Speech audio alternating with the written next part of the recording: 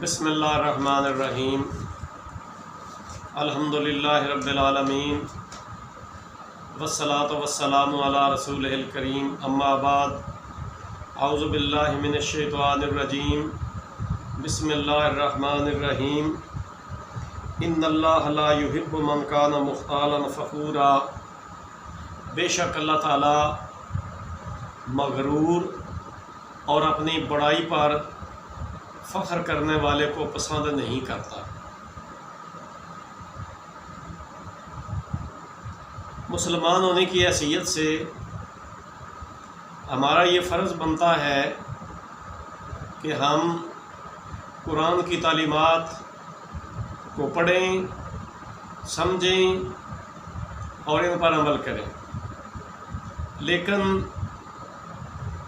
سچی بات یہ ہے کہ جیسا قرآن مجید میں یہ آتا ہے وقال الرسول یا رب ان قوم اتخذوا هذا القرآن مہجورا، کہ رسول پاک صلی اللہ علیہ وآلہ وسلم قیامت والے دن اپنی امت کی یہ شکایت لگائیں گے اللہ تعالیٰ کے حضور کہ یا رب العالمین میری اس قوم نے قرآن کو پیٹھ پیچھے ڈال دیا تھا۔ حقیقت یہ ہے کہ ہم نے قرآن پاک کو پیٹھ پیچھے ڈال دیا ہے۔ ہم اس کی تعلیمات کو نہیں دیکھتے، ہم صرف اور صرف رسم و رواج کے پابند ہو کر رہ گئے ہیں۔ ہم یہ نہیں دیکھتے اصل دین کیا ہے۔ لیکن اس بات کو ہمیشہ یاد رکھیں کہ اللہ تعالیٰ کے ہاں صرف وہ اعمال قبول ہوں گے جو اللہ تعالیٰ نے قرآن میں بیان فرمائے ہوں یا نبی پاک صلی اللہ علیہ وسلم نے اپنے فرمان میں بتائے ہوں۔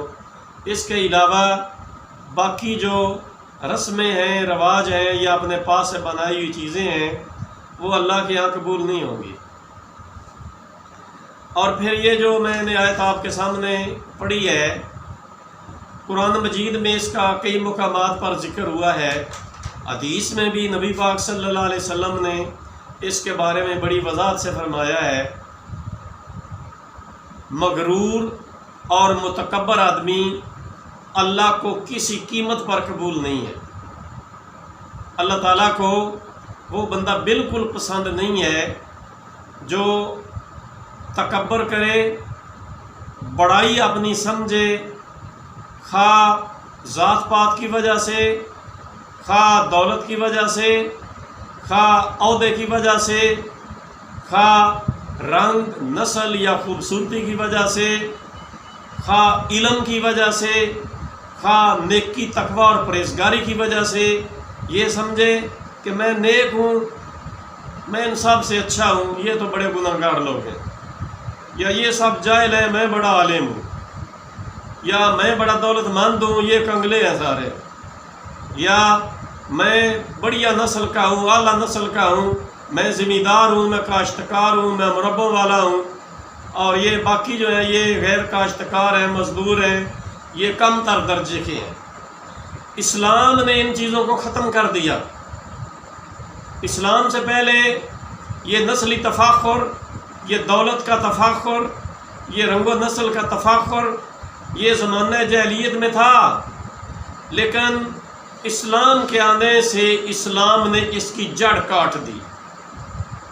نبی پاک صلی اللہ علیہ وسلم نے جو اپنا آخری خطبہ دیا تھا حجۃ الوداع کا خطبہ، اس میں نبی پاک صلی اللہ علیہ وسلم نے یہ بات واضح فرما دی تھی، وہ خطبہ اگر سارا پڑھیں وہ دین اسلام کا نچوڑ ہے، وہ دین اسلام کا خلاصہ ہے۔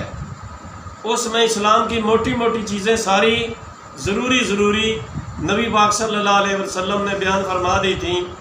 ان میں آپ نے یہ بات بھی فرمائی تھی کہ کسی عربی کو اجمی پر، اجمی کو عربی پر، کالے کو گورے پر، گورے کو کالے پر، امیر کو غریب پر، غریب کو امیر پر کوئی فوقیت نہیں ہے۔ اللہ کے ہاں معزز اور عزت والا وہ ہے جو زیادہ پرہیزگار ہے۔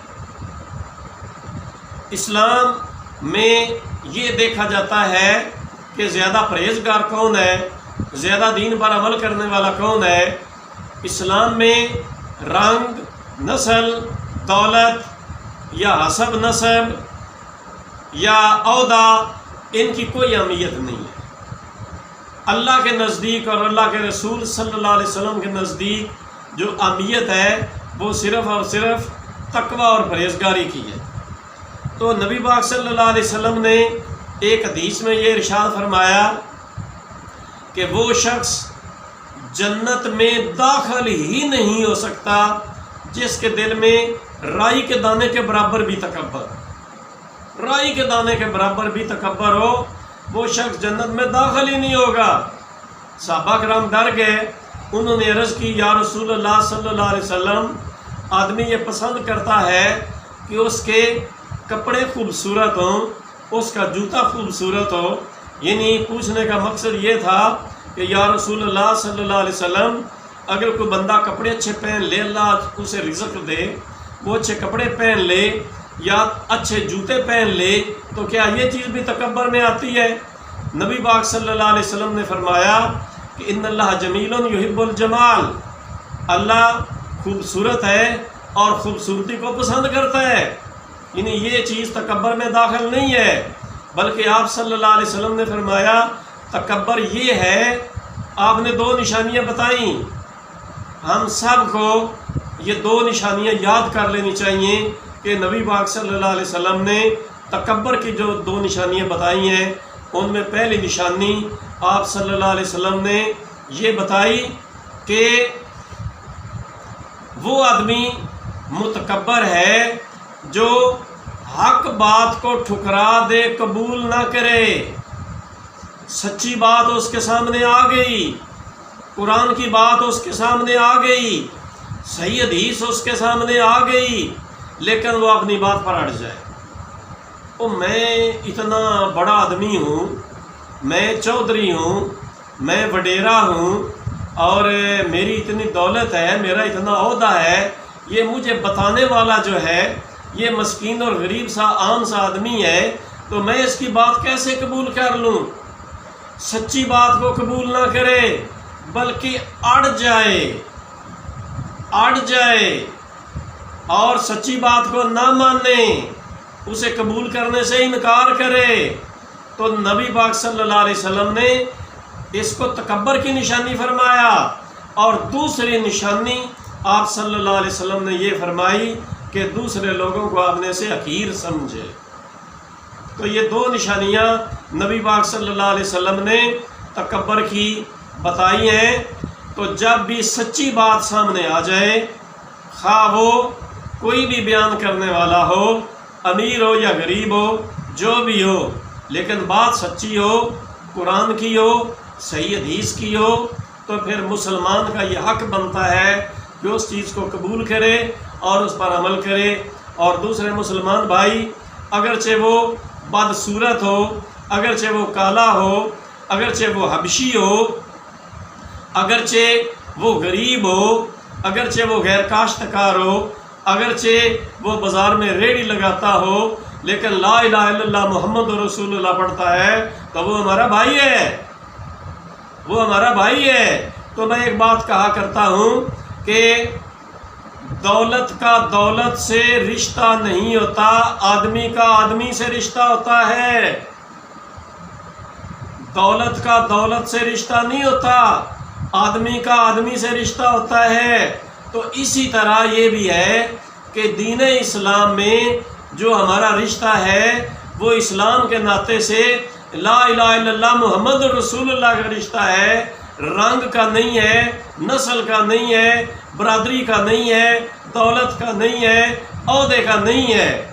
تو اس لیے اس قرآن مجید کی آیت کو ہمیشہ یاد رکھنا چاہیے جو اللہ نے قرآن میں سورہ نساء میں فرمائی ہے، ان اللہ لا یحب من کان مختالا فخورا، اللہ تعالیٰ بالکل پسند نہیں کرتا اس بندے کو جو مغرور ہو اور اپنی بڑائی پر فخر کرنے والا ہو۔ اور جو حدیث میں نے آپ کو سنائی ہے کہ جس بندے کے دل میں رائی کے دانے کے برابر بھی بڑائی ہو، تکبر ہو، نبی پاک صلی اللہ علیہ وسلم نے فرمایا کہ وہ بندہ جنت میں داخل ہی نہیں ہوگا۔